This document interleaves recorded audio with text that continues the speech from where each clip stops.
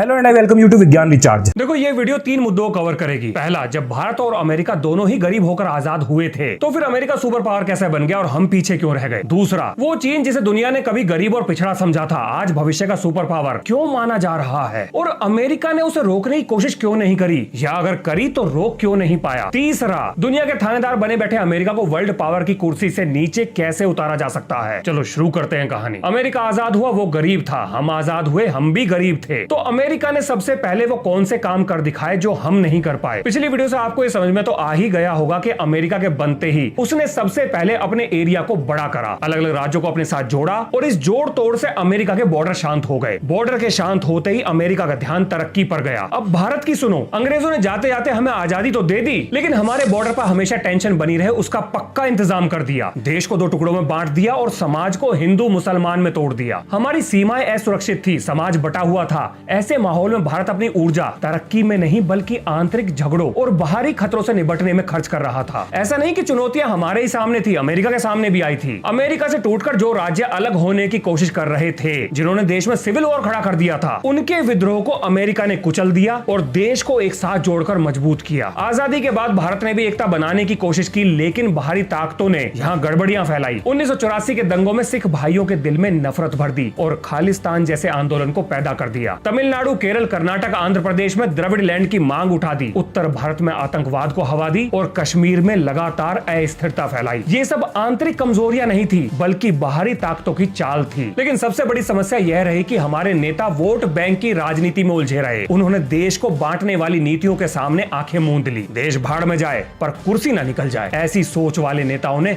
सत्ता कब्जा ली। अमेरिका किस्मत वाला था, वहां ऐसे नेता पैदा नहीं हुए जो अपने देश को दीमक की तरह खाते चले गए। अमेरिका ने पूरी दुनिया से कहा पैसा लगाओ और पैसा बनाओ। नतीजा पैसा आया, तरक्की आई और अमेरिका दुनिया की सबसे बड़ी ताकत बनता चला गया। भारत में बिल्कुल उल्टा हुआ। हमने इकोनॉमी को बंद कर दिया, सब कुछ खुद बनाएंगे ऐसा फैसला किया। नतीजा क्या निकला? भ्रष्टाचार, सरकारी लेट लतीफी और बाबूगिरी के चक्कर में देश फंस गया। दुनिया आगे निकल गई, हम पीछे रह गए। अब जरा चाइना की सुनो, उसके बाद अमेरिका की ठेकेदारी बंद करवाएंगे। भाई साहब, चाइना की हालत तो भारत से भी ज्यादा खराब थी। चाइना हमसे 2 साल बाद यानी कि 1949 में आजाद हुआ। कम्युनिस्ट पार्टी ने चाइना पर कब्जा जमा लिया। अमेरिका ने तो चाइना को देश मानने से ही इनकार कर दिया और ताइवान को असली चाइना मान लिया। दुनिया ने चाइना से ट्रेड, डिप्लोमेसी सब बंद कर दिए। चाइना को पूरी दुनिया में आइसोलेट कर दिया गया था। यहाँ तक कि चाइना और जमीन न कब्जा ले इसके लिए अमेरिका ने जापान, कोरिया, ऑस्ट्रेलिया से मिलिट्री रिलेशन एस्टेब्लिश किए। इसी की वजह से चाइना ने सोवियत यूनियन से मदद ली और जैसे तैसे करके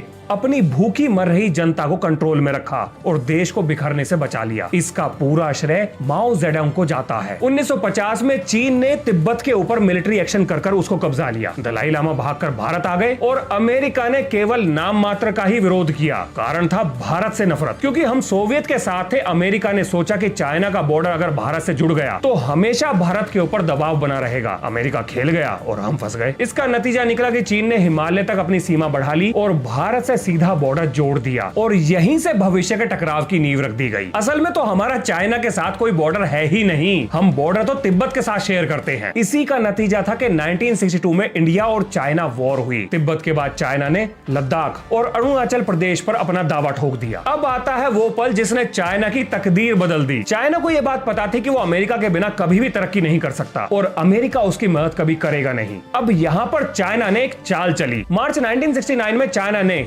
जैन बाओ आइलैंड पर दावा करते हुए सोवियत यूनियन के ऊपर हमला कर दिया। दोनों तरफ से आर्मी डिप्लॉय हो गई। बात न्यूक्लियर स्ट्राइक तक पहुंच गई क्योंकि चाइना के पास 1964 में ही न्यूक्लियर बॉम्ब आ चुके थे। अमेरिका ये सब कुछ चुपचाप बैठकर देख रहा था और यही चाइना चाहता था कि अमेरिका ये सब देखे। अब कोल्ड वॉर का समय था। सोवियत यूनियन को रोकने के लिए अमेरिका को एक साथी चाहिए था जो डायरेक्ट यूएसएसआर से बॉर्डर शेयर करता था। 1971 में अमेरिका ने हेनरी किसिंजर को बीजिंग भेजा, दोस्ती का हाथ बढ़ाया। मकसद था यूएसएसआर के कन्ने टाइट करना। इसके बाद 1972 में अमेरिकी प्रेसिडेंट रिचर्ड निक्सन चाइना गया और अमेरिका ने चाइना से कहा, बता बेटा, सोवियत यूनियन से भिड़ने के बदले में तेरे को क्या चाहिए? चाइना ने अपनी पूरी लिस्ट थमा दी। चाइना बोला हम पे से प्रतिबंध हटाओ, हमारा एक्सपोर्ट बढ़ाओ, टेक्नोलॉजी दो, हमारे लोगों को अमेरिका में पढ़ने का मौका दो, लोन दिलवाओ, इन्वेस्टमेंट लाओ और ताइवान को भूल जाओ। अमेरिका बोला तथास्तु। और यहीं से अमेरिका ने वन चाइना पॉलिसी को मान लिया, यानी कि ताइवान अमेरिका के मतलब की भेंट चढ़ गया। देखो, अमेरिका को लगता था कि चाइना कभी भी उसको टक्कर देने लायक ताकतवर नहीं बन पाएगा, लेकिन यूएसएसआर को काबू में रखने के लिए उसके काम आ जाएगा। और अगर चाइना में पैसा आएगा तो एक दिन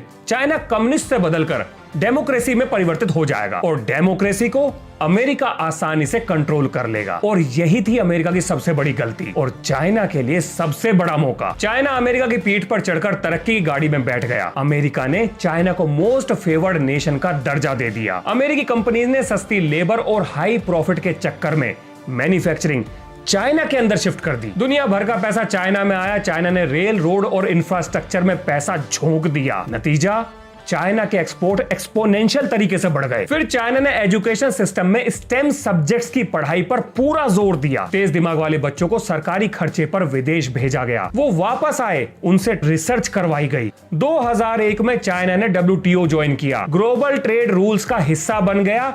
एक्सपोर्ट एक्सप्लोड हो गए और फॉरेन रिजर्व से चाइना के थैले भर गए। चाइना वर्ल्ड की फैक्ट्री बन गया। और जब तक अमेरिका को यह बात समझ में आती, चाइना दुनिया की नंबर 2 जीडीपी बन चुका था, मिलिट्री मॉडर्नाइजेशन कर चुका था, BRI जैसे प्रोजेक्ट से दुनिया की इकोनॉमी को कंट्रोल करने के लिए कदम बढ़ा चुका था। अब अमेरिका को एहसास हो गया कि उसने खुद के पैरों पर कुल्हाड़ी मार ली। ये थी चाइना की तरक्की की कहानी। अब जरा बात करते हैं कि अमेरिका को कैसे ठिकाने लगाया जा सकता है। देखो, ये संभव तो है, लेकिन कोई भी देश, मतलब दुनिया का कोई भी देश अकेला ये काम नहीं कर सकता। और इसके 3 कारण बताता हूं। पहला तो अमेरिका की फाइनेंशियल रीच। आज भी दुनिया का 80% से ज्यादा व्यापार US डॉलर में होता है। अमेरिका चाहे तो किसी भी देश को स्विफ्ट सिस्टम से बाहर निकालकर उसके ट्रेड को पूरी तरह से ब्लॉक कर सकता है, यानी पैसे का रिमोट कंट्रोल अमेरिका के हाथ में है। दूसरा, अमेरिका की मिलिट्री रीच। अमेरिका के पास दुनिया की सबसे ताकतवर आर्मी, नेवी, एयरफोर्स और पूरी दुनिया में 800 से ज्यादा मिलिट्री बेसिस हैं। ये दुनिया में सबसे ज्यादा है। अमेरिका दुनिया के किसी भी कोने में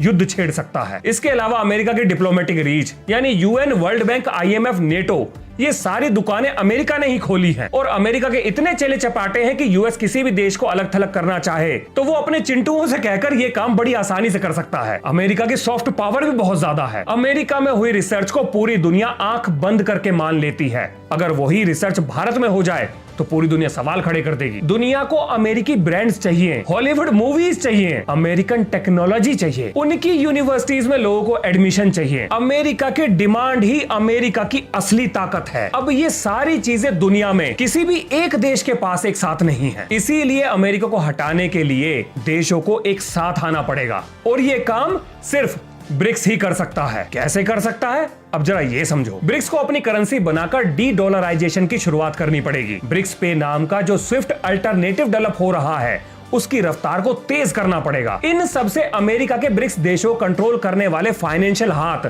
ये कट जाएंगे। जितने भी देश अमेरिका के इन्फ्लुएंस से बाहर हैं, उन सबको इकट्ठा करके हमें साथ लाना पड़ेगा। उनके साथ बिजनेस के लिए इंफ्रास्ट्रक्चर बनाना पड़ेगा। ब्रिक्स भी अपना UN की तरह BUN बना सकता है, यानी कि ब्रिक्स का अपना खुद का यूनाइटेड नेशन। ब्रिक्स बैंक तो पहले ही बन चुका है, तो IMF की जगह BMF बना सकता है। इन सारी चीजों से अमेरिका के द्वारा बनाई गई एक दुनिया के पैरेलल एक दुनिया खड़ी हो जाएगी। अब जरा रिसर्च और टेक्नोलॉजी की सुनो। एक समय था जब वेस्ट के सारे देश मिलकर रिसर्च करते थे, टेक्नोलॉजी आपस में शेयर करते थे।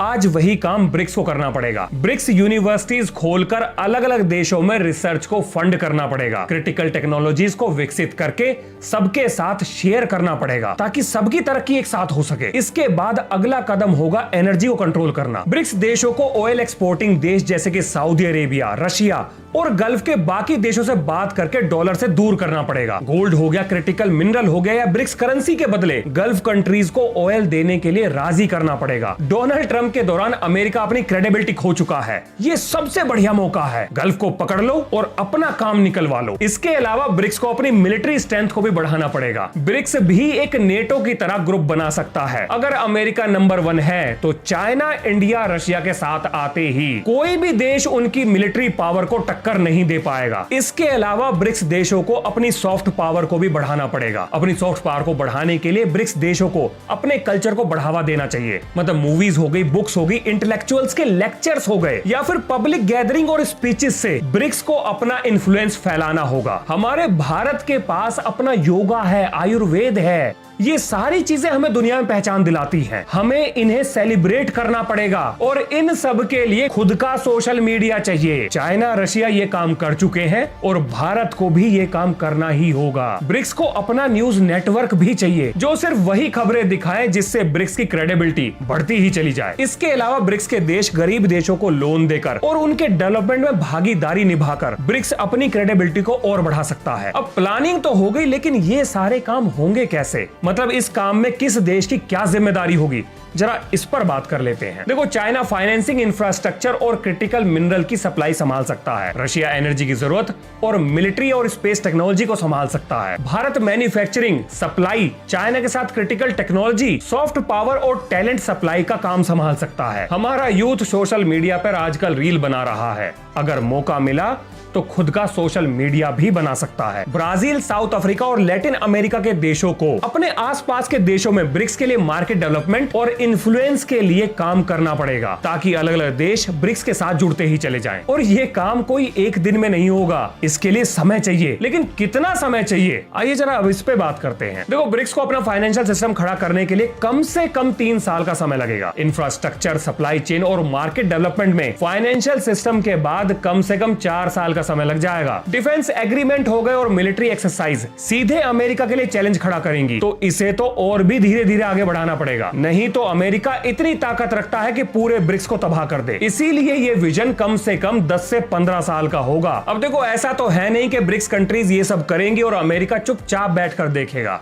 अमेरिका के पेट में गुड़गुड़ होते ही वो ब्रिक्स के पेच टाइट करने के लिए कुछ ना कुछ जरूर करेगा। सबसे पहले तो वो डॉलर की ताकत दिखाएगा, सैंक्शंस लगाएगा। अब इन सैंक्शंस की वजह से ब्रिक्स देशों में इन्फ्लेशन यानी कि महंगाई बढ़ेगी। आम लोगों को कोई मतलब नहीं है कि सरकार देश के भले के लिए काम कर रही है या नहीं। अगर लोगों को तकलीफ हुई तो सरकार की सत्ता चली जाएगी। डेमोक्रेसी की सबसे बड़ी खामी ही यही है कि लोग अगर नाखुश हुए तो सरकार बदल देंगे, लेकिन डेमोक्रेसी ही लोगों को आजादी भी देती है। अब ये इंडिविजुअल पर डिपेंड करता है कि वो डेमोक्रेसी के फेवर में है या उसके अगेंस्ट में। बाकी खूबियां और खामियां तो हर सिस्टम में होती हैं, और डेमोक्रेसी की इसी खामी का अमेरिका जमकर फायदा उठाएगा। ब्रिक्स के वो देश जो डेमोक्रेटिक कंट्रीज हैं, उनकी अपोजिशन पार्टीज अपने मतलब के लिए लोगों को गुमराह करेंगी। अमेरिका ऐसी पार्टीज को फंड करेगा, देश में आंदोलन खड़ा करवा देगा, दंगे करवाएगा, सत्ता परिवर्तन भी करवा देगा, और देश में पावर के लिए भूखे बैठे दलाल अमेरिका की गोद में बैठ जाएंगे। अमेरिका कभी भी ब्रिक्स के ताकतवर होने का इंतजार नहीं करेगा, बल्कि जैसे ही उसको यह एहसास होगा वो ब्रिक्स को बर्बाद करने के पीछे लग जाएगा। अब वो क्या लगता है, पाकिस्तान से अमेरिका का जो नैन मटक्का चल रहा है, उसके पीछे क्या कारण है? तो भाई साहब, उसके पीछे है भारत और चाइना के सुधरते हुए रिश्ते। और ये इलू इलू जब तक चलेगा, जब तक हमारे रिश्ते चाइना के साथ अच्छे बने रहेंगे। देखो, भारत की राह तो बिल्कुल भी आसान नहीं है। हमारे बॉर्डर शांत नहीं है। नक्सलवाद, कश्मीर और नॉर्थ ईस्ट में आतंकवाद जैसे इंटरनल मसले अभी भी जीवित हैं, और इन सब के अलावा राजनीतिक लाभ के लिए कुछ लोगों ने